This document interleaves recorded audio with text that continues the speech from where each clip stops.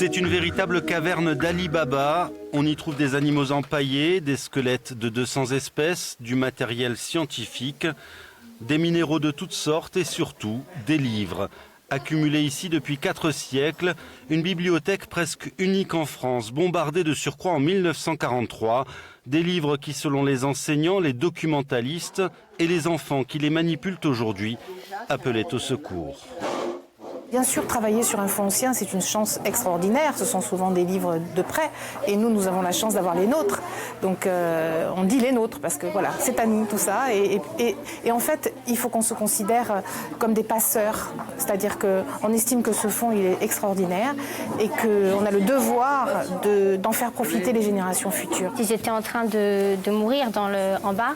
Et puis, c'est vraiment dommage parce qu'il y a beaucoup d'histoires et le patrimoine. Et il faut le sauver, en fait. Donc oui, il faudrait les refaire revivre. Pourquoi il faut sauver le patrimoine? Parce que c'est important. D'une part, c'est notre histoire aussi. Nos parents, nos grands-parents. C'est important de garder ça en vie.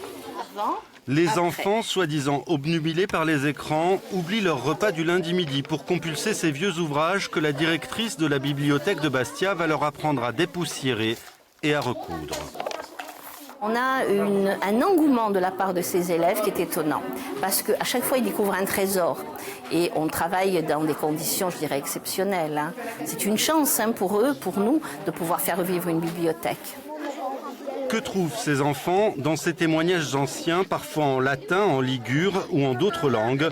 La preuve aussi d'un passé pour les élèves moins rose qu'aujourd'hui.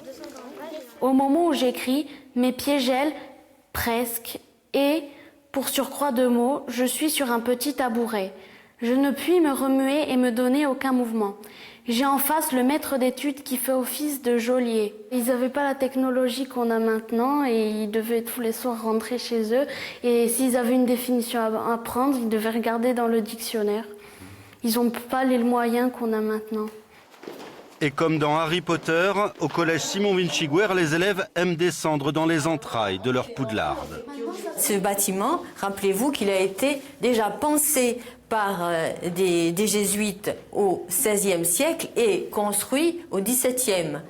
Et dans les sous-sols de l'établissement, un invraisemblable enchevêtrement de rebuts recèle sans doute bien des secrets. Alors ici, nous sommes vraiment tout au fond de l'établissement. C'est-à-dire, c'était, je pense, les cuisines des pères jésuites à l'époque. D'ailleurs, si on continue ces pièces qui se succèdent derrière moi, on va trouver, je suppose, le vieil évier des pères jésuites, qui existe toujours. C'est par exemple sur les indications d'un connaisseur des lieux qu'a été découverte une lourde plaque de marbre attestant du passé impérial du lycée. Si on ne nous l'avait pas dit, on n'aurait jamais trouvé. Et donc, elle était dans les combles de l'église. On y arrive par, on va dire, un chemin secret.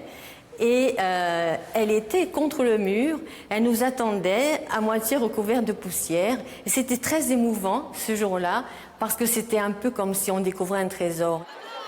Seule ombre au tableau, le parking en construction qui a avalé une cour sur laquelle les enfants ont écrit et dont les murs pourraient obstruer certaines fenêtres.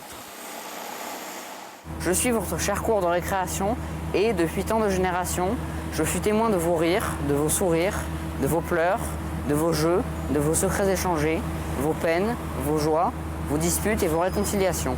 Je vis disparaître englouti sous le béton, même si effectivement ça pouvait être nécessaire. C'est dommage de voir un parking construit dans la cour d'un collège. Cet établissement quand même du XVIIe, il témoigne de cette évolution de l'histoire de l'éducation dans ce même lieu. Donc notre crainte, c'est que le parking ne dénature l'établissement. Mais pour l'adjoint au maire en charge du patrimoine, ce parking est aussi une chance. Le parking ne compromet pas l'édifice, je tiens à le dire.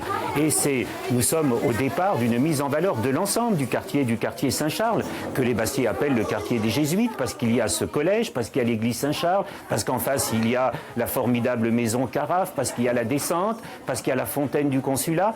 Tous ces éléments vont être mis en valeur. Et puis après tout, les touristes et les visiteurs vont pouvoir, en sortant du parking, descendre vers le Vieux-Port et découvrir le Vieux Bastia.